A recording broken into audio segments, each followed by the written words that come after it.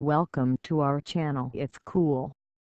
Today I'll describe you about the WhatsApp for Tattoos downloading method in Android or iPhone.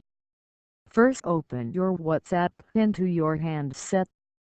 Here we can see there is a status which I want to download.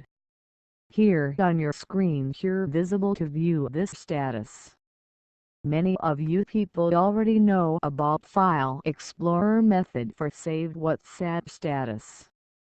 But I will tell you the latest method to download WhatsApp for Tattoos or Stories. You need to search into Google Play Store on WhatsApp Story Saver.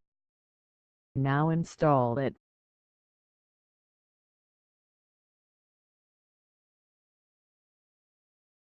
After installation of this, open this app. Swipe the left side this screen. Now you can see the status which I have seen on my WhatsApp app on this app for download. This is the status which I want to download. You can also download videos from this app. Thanks for watching us on YouTube. Don't forget to subscribe us on YouTube.